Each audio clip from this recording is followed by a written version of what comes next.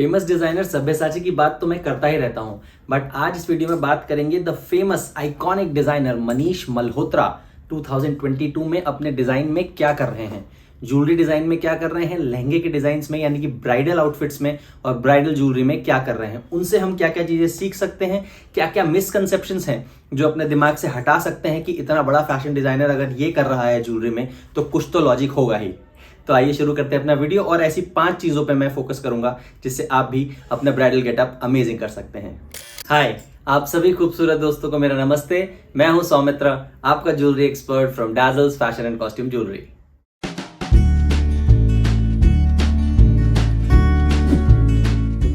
इस पहली इमेज को गौर से देखिए। मनीष मल्होत्रा ने ये 8 नवंबर को पोस्ट किया।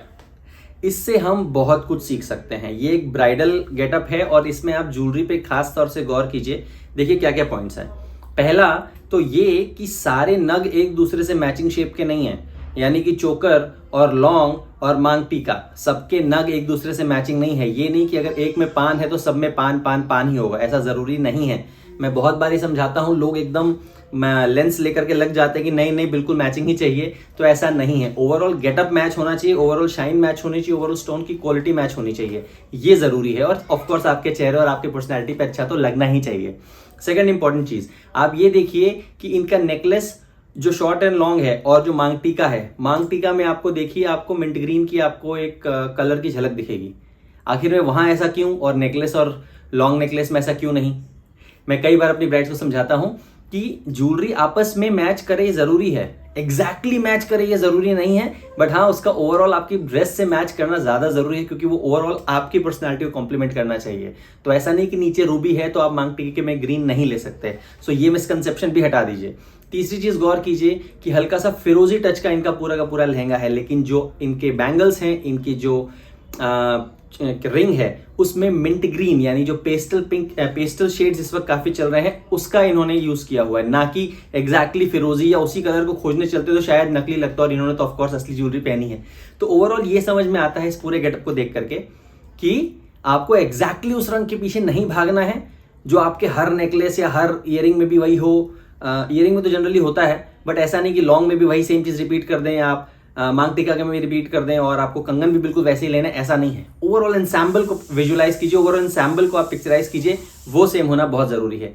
एक और चीज, इन्होंने जो माथा पट्टी का इस्तेमाल किया है, बहुत ही स्लीक सी माथा पट्टी का इस्तेमाल किया है। अभी कुछ ही दिनों पहले मेरे को एक ब्राइड के सिस्टर का फोन आया कि आपने जो यानी मैंने जो उनको माथा पट्टी दी है वो थोड़ी सी लाइट लग रही है, बट ऐसा नहीं है। हम लोग ट्रेंड को फॉलो करते हैं तो हमें पता है कि क्या चीज ज्यादा ट्रेंड में है। तो जरूरी नहीं कि 2020 की स्टार्टिंग में जो काजल अग्रवाल ने माथा पट्टी लगाई थी उतनी ही हैवी आप हर बार लगाते हो। इस तरह की स्लीक माथा पट्टी भी आपकी पर्सनैलिटी पे बहुत अच्छी लग सकती है। इस पिक्चर पे गौर कीजिए। ऐसी कई सारी पिक्चर्स को मैंने देखा जो उन्होंने 2022 में अपना लहंगे का यानी कि ब्राइडल ड्रेस का जो कलेक्शन निकाला उसमें मैंने गौर किया तो इन्होंने बहुत ज्यादा सिल्वर या व्हाइट सीक्वेंस का काम किया है। बहुत ज्यादा ड्रेसेस में एक मेटालिक सा एक शाइन आता है जो व्हाइटिश सा होता है। तो ब्राइड अब इस ट्रेंड को जो ब्राइड जानती है वो इस तरह के लहंगे ले रही हैं या 2023 में लेंगे, क्योंकि मनीष मल्होत्रा जैसे आइकॉनिक डिजाइनर्स थोड़ा सा समय से पहले चलते हैं। हम जैसे आम लोग उसको फॉलो करने में एक आध सीजन तो लगा ही देते हैं, राइट। सो मोस्टली 2023 के बिगिनिंग में जितनी शादियां हैं या इस दिसंबर एंड में जिनकी शादियां, शायद वो लोग इस ट्रेंड को फॉलो करें। बट दिमाग में फिर सवाल ये आता है कि क्या उस पे डायमंड वाली ज्वेलरी पहनेंगे या एडी वाली जरकन वाली ज्वेलरी पहनेंगे, क्योंकि वो अब तक तो हम लोग जो है वेस्टर्न या इंडो वेस्टर्न ड्रेसेस में एंगेजमेंट या रिसेप्शन पे पहनते आए हैं। हमारे दिमाग में वही पैटर्न सेट है कि जब शादी होगी तो उसमें कुंदन का या गोल्ड प्लेटेड या कुछ ऐसा पहन लेंगे, और जो रिसेप्शन या एंगेजमेंट या मेहंदी उन सब में है उसमें कुछ ऐसा डायमंड लुक का इंडो वेस्टर्न ड्रेस या वेस्टर्न ड्रेस पे पहन लेंगे। बट चूंकि ये ट्रेंड है तो यहाँ पर अगर आप ज्वेलरी में गौर करें तो इन्होंने सिल्वर प्लेटिंग की कुंदन या पुल की ज्वेलरी को भी अपनाया है। काफी समय से यानी कि 5-6 महीनों से इस तरह की ज्वेलरी दस्तक तो दे रही है ट्रेंड के ऊपर कि हमें जो है इस तरह की सिल्वर पॉलिश या फिर रोज गोल्डिश एक पॉलिश आती है, मैं कभी अपने अगले वीडियोस में आपको दिखाऊंगा, उस पर ये बड़े बड़े स्टोन की ज्वेलरी चल रही है। बट अब हम इस चीज को देख करके समझ सकते हैं कि ये ट्रेंड धीरे धीरे सेटल हो जाएगा, लोग इसे अपनाने लग जाएंगे कि जो है आपका सिल्वर पॉलिश के ऊपर कुंदन की ज्वेलरी इस तरह के लहंगों पे आप अपनी ब्राइडल वाले दिन ले सकते हैं। यहाँ पर भूमि पेडनेकर की इमेज देखिए, बहुत ही आइकॉनिक एक्ट्रेस हैं ये आजकल के दिनों की, काफी फेमस भी हैं। यहाँ पर जो मैं आपको ज्वेलरी के बारे में समझाना चाह रहा हूँ वो है कलर व्हील का कॉन्ट्रास्ट थ्योरी। कई सारे लोग येलो कलर का या येलो बेस का या थोड़ा सा रेडिश येलो या इस तरह का लेमन येलो या लाइट येलो इस तरह के कलर के ड्रेसेस खरीद लेते हैं और फिर उनकी सर्च शुरू होती है ज्वेलरी के बारे में। वहाँ सबसे बड़ा कन्फ्यूजन क्या होता है कि पूरी एक जो है आप 90% जो है येलो लगने वाले हो, उसके बाद आप ज्वेलरी भी ऐसी ले लो जो कि मोस्टली जो है गोल्ड है या एंटीक गोल्ड की है या उसमें पूरा का पूरा गोल्ड प्लेटिंग है, तो कैसा लगेगा? क्या वो अच्छा लगेगा? मैं अक्सर ये हमेशा सलाह देता हूँ, कम ही लोग मानते हैं, बट मैं हमेशा आपको सलाह देता रहता हूँ कि ऐसा जब ड्रेस हो तो मोनोटोनस करने से अच्छा है कि उसमें एक कलर लेकर के आए। And what better than colour theory का इस्तेमाल करते हुए कॉन्ट्रास्ट में जाएं। येलो या गोल्डन इस तरह के शेड का जो कॉन्ट्रास्ट कलर आता है वो ब्लू आता है, एंड वाइसे वर्सा। अगर आपने ब्लू कलर का कुछ पहना है तो उसका ऑपोजिट आता है येलो यानी गोल्डन। तो आप ये ध्यान रखें, इस इमेज से भी साफ साफ पता चलता है कि मनीष मल्होत्रा जैसे डिजाइनर्स भी इस चीज को समझते हैं बाखूबी, इसीलिए इस तरह के इमेजेस आपको देखने को मिलते हैं। हमें क्या सीखना है? आपने येलो ड्रेस अगर पहना है तो आप ऐसा कोई भी गोल्ड बेस का, पोल्की, पर्ल का या कुछ भी आप पहन सकते हैं जो आपको डिजाइन अच्छा लगता हो, उसमें बशर्ते एक सफायर या ब्लू कलर का एलिमेंट हो, बहुत अच्छा कॉन्ट्रास्ट खिल के आएगा। या फिर आपने ब्लू कलर का कुछ पहन रखा है तो आप अपना दिमाग बिल्कुल मत लगाइए, खर्च कीजिए कि क्या मेरे को पहनना है। सिर्फ उसका कॉन्ट्रास्ट कलर जो गोल्डन होता है, गोल्डन एंटीक गोल्ड का पोल्की या कुंदन, इस तरह की ज्वेलरी आप पहन सकते हैं, बहुत जचेंगे। ये चौथी इमेज जो चिकनकारी के बहुत लवर्स हैं, जिनको चिकनकारी का कुछ कपड़ा पहनना होता है, उनके लिए कि उस पर ज्वेलरी क्या पहने। यहाँ पर आपको कियारा आडवाणी की इमेज दिख रही है जिन्होंने चिकनकारी की बहुत ही ब्यूटीफुल सी साड़ी पहनी है। व्हाइटिश मुकेश का काम है, ऐसा भी समझ सकते हैं, जरूरी नहीं कि चिकनकारी हो। जनरली लोग क्या करते हैं, ऑक्सीडाइज ज्वेलरी खोजने निकल चलते हैं कि हम ऑक्सीडाइज ज्वेलरी पहनेंगे चिकनकारी पे। व्हाइट मुकेश का काम है, आखिर क्या पहने। यहाँ पर देखिए कलर एलिमेंट एडेड है, कान में मिंट ग्रीन कलर एडेड है।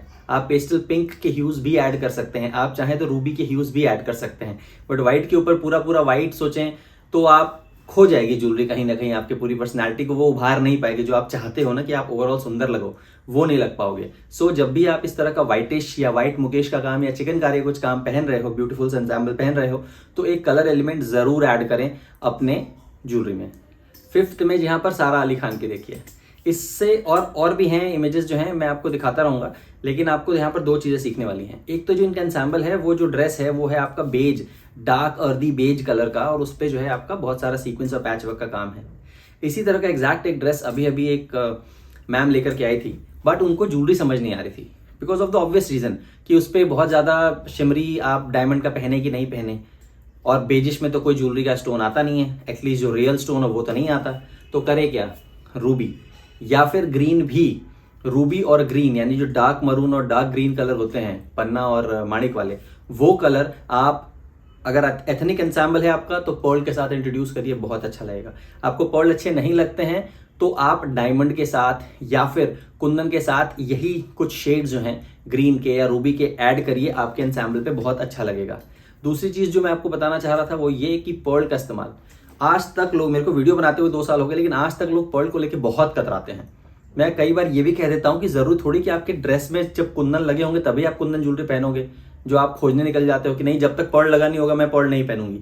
ऐसा थोड़ी होता है। पर्ल का ग्रेस एक अलग ही लेवल का होता है। अगर आप लोग अभी तक नहीं अपना पाए तो इस चीज को अपनाइए, बहुत ब्यूटीफुल, और आप खुद अमेज हो जाओगे कि आप कितने अच्छे लग सकते हो।